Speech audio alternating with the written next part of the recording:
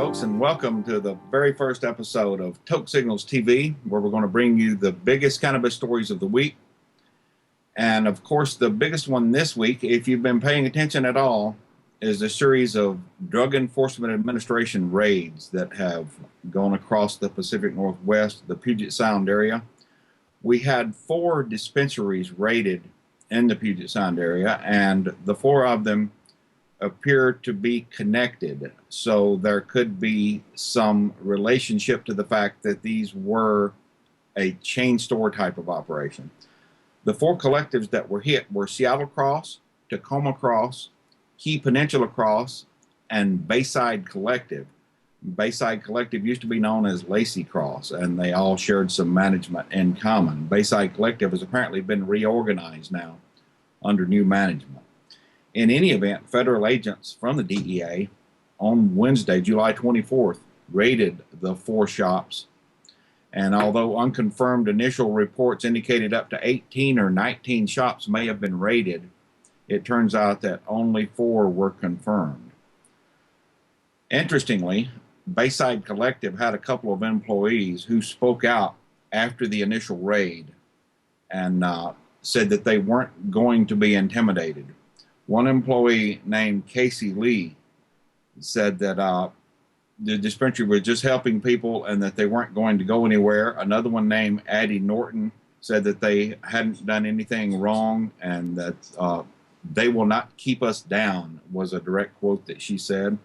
There was some speculation in the community that there might be some element of retribution in the fact that the day after the initial raids on July 24th, Wednesday, then on Thursday, July 25th, the DEA returned just to seize the houseboat owned by the owner of the Bayside Collective. Now, was that related to the fact that 2 members of the collective had spoken out and said that they wouldn't be intimidated, they wouldn't be kept down?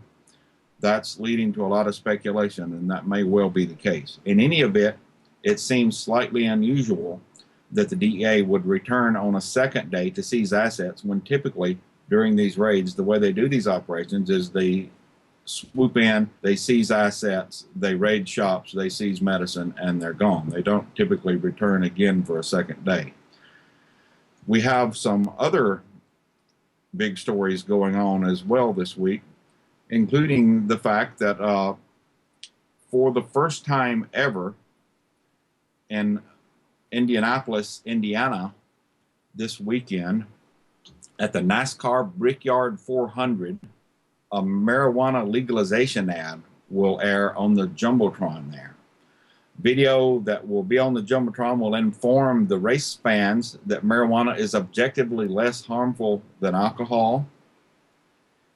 There will be reminiscent of a beer commercial ad. The thing will characterize marijuana as the new beer with no calories, no hangovers, and no violence associated with its use.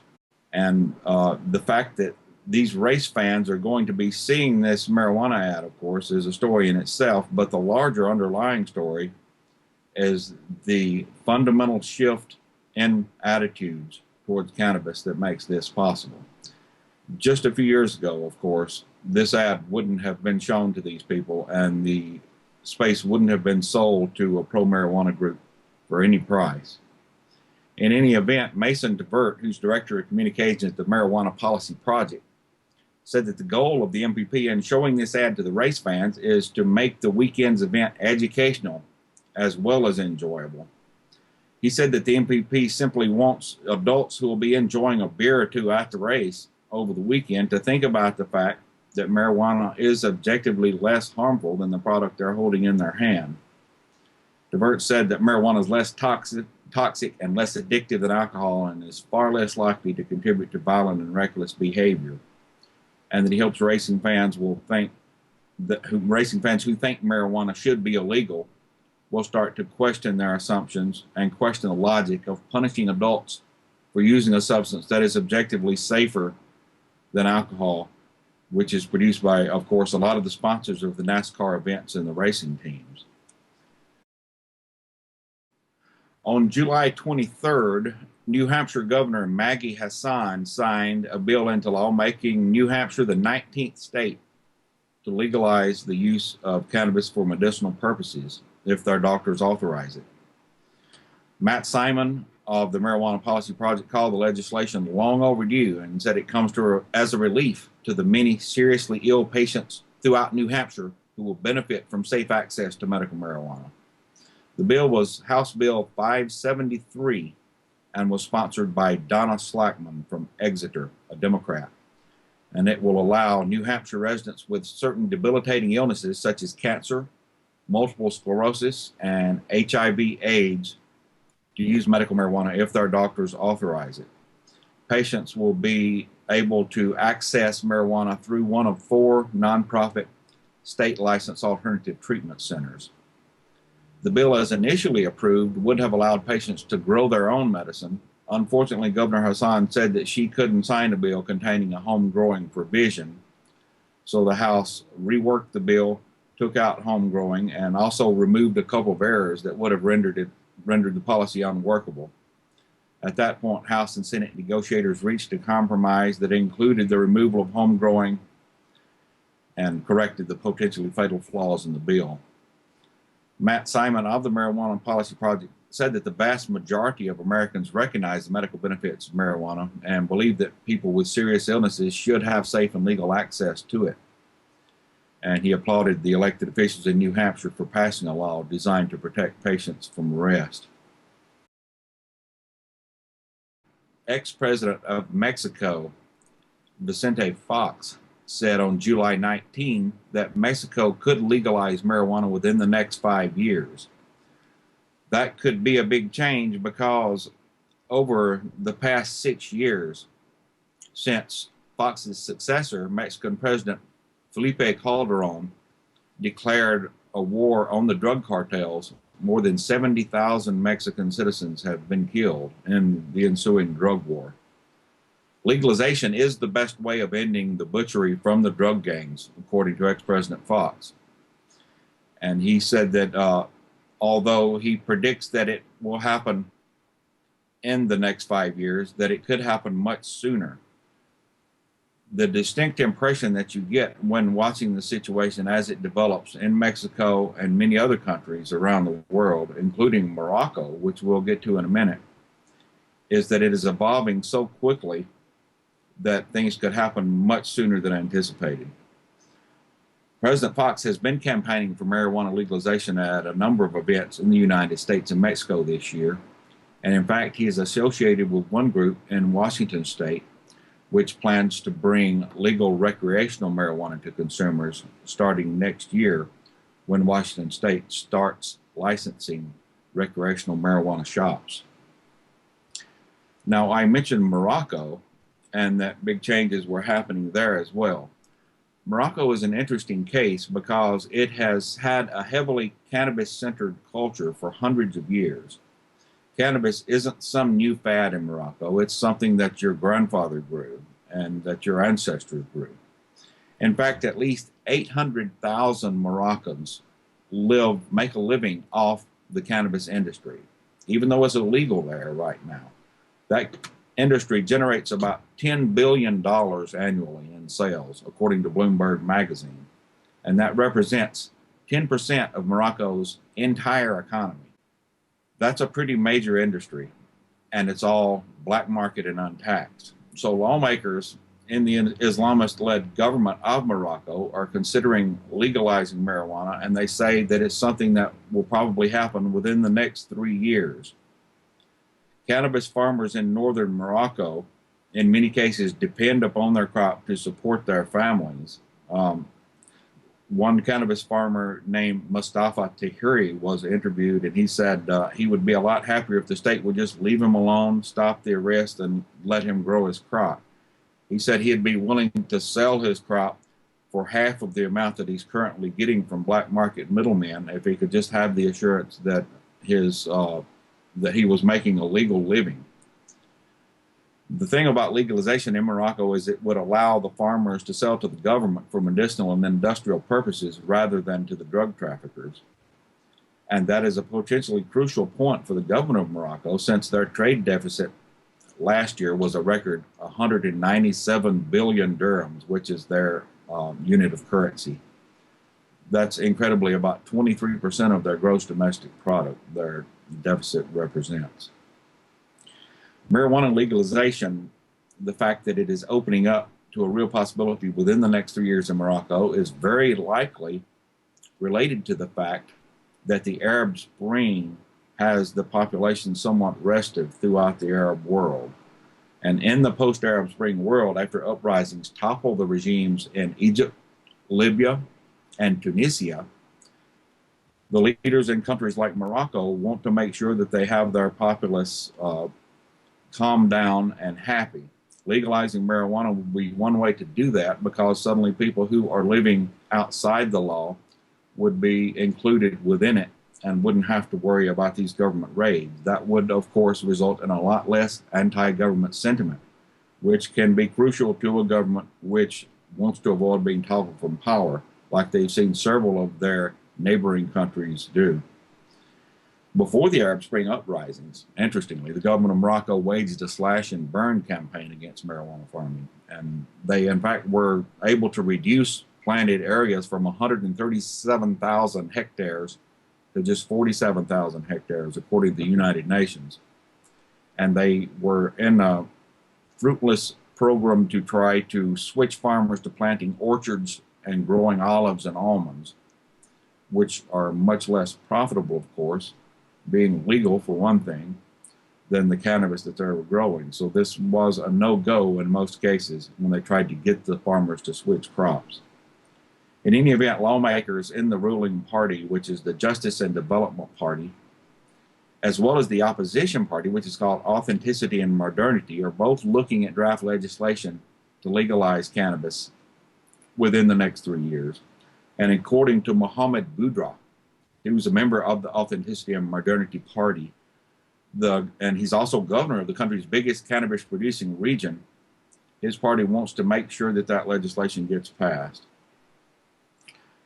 He said, we need to establish what the medicinal virtues of the plant are, and then think of exports, pharmaceutical industry developments, and how to draw foreign investment for this promising sector of the economy. Cannabis farming in Morocco is concentrated up in the north, in the Rif Mountains, where it started centuries ago. Most farmers in the area have small marijuana patches, and a hectare of planted cannabis can yield between 5 and 6 kilos of kief a year, according to Tahiri, who should know since he's a cannabis farmer. A Moroccan politician named Chakib Kayari, who's head of the Moroccan network, says what we want is to provide a viable alternative for the small farmer and take him out of the drug trafficking equation. Then law enforcement will only have the drug traffickers to worry about. One of the spokesmen for the second largest party in the Moroccan government, which is called Istiklal, said that there are villages in the Rif Mountains where men are nowhere to be found. The guys are all gone because they're either in jail or they're wanted by the police and hiding out in the mountains. So you have villages that seem to be composed entirely of women and children because of the illegality of cannabis in Morocco. According to Adil Ben Hamza, who's the spokesman for Istiklal, we grow barley and grapes and we make beer and wine. Where is the problem? We should actually have moved on this a lot earlier. And the cannabis farmer we mentioned earlier, Tahiri, said, we're not going to give up the cannabis trade. That's the only thing that works here. From Colorado, we have some interesting news. Of course, voters there in November passed Amendment 64, which legalizes adult recreational marijuana use in the state, along with limited home cultivation, unlike the legalization law passed in Washington at the same time.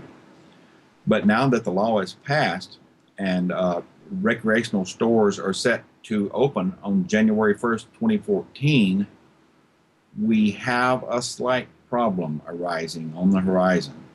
It seems that 9 of the 10 largest cities in Colorado possibly could ban the legal marijuana stores that voters approved back in November. So far, the only one of Colorado's 10 largest cities that is expected to allow recreational marijuana sales from storefronts is Denver, the largest city in the state. The other 9 of the top 10 either have bans already in place, like the second largest city, Colorado Springs, or they have a moratorium in place, like the third largest city, Aurora. All of them, when you tick down the list of the top 10, have either a ban or a moratorium or action pending. Only Denver is explicitly expected to allow the shops. Going down the list, you have Lakewood with a moratorium, Thornton with a ban, Westminster with a ban, Arvada with a moratorium, Pueblo with a moratorium, Centennial with a ban. So at this point, the wisdom of allowing an opt-out provision in marijuana legalization proposals could easily be called into question if it's going to leave much of the state without access to what has supposedly just been legalized. Now, of course, there's always home growing and there's always the black market. But if you're going to access marijuana through the black market, then it seems somewhat iffy to call it legalization. In any event, dozens of Colorado cities and counties have in recent weeks decided to ban marijuana stores, and those include already 4 of the top 10, with 5 more of the top 10 cities in Colorado with either moratoriums or pending moratoriums. The stores that will open on January 1st will probably largely be in Denver, with at least 56 more cities and counties across Colorado opting for moratoriums or bans. Now, of course, a number of these towns are in the rural outlying areas, but since 9 of the top 10 cities can possibly ban, this isn't a rural phenomenon. This is an actual problem in the implementation of a legalization law if you can have only a few areas that will allow it. Now, of course, the areas that will allow it will be quite pleased if all of the municipalities around them ban pot, because that means everyone who wants to buy legal marijuana will have to come to them to get it. Pueblo County, for example, the officials there don't mind when the surrounding areas ban marijuana stores. They're enthusiastically working to get their plan in place to open the stores and to reap that tax money that those stores will mean for their coffers. According to County Commissioner Sal Pace, the politicians have a duty to follow the will of the voters. And besides that, he sees the shops as a source of economic development and tax revenue, increasingly so as the surrounding municipalities ban the shops. Every time one of our neighbors bans it, we cheer, is what Sal Pace said. And that means that Pueblo County might be working from a little more intelligent perspective about cannabis policy than its neighbors. I hope to see you again next week on Toke Signals TV. I'll be looking forward to bringing you the news. Until then, stay lifted. Thank you.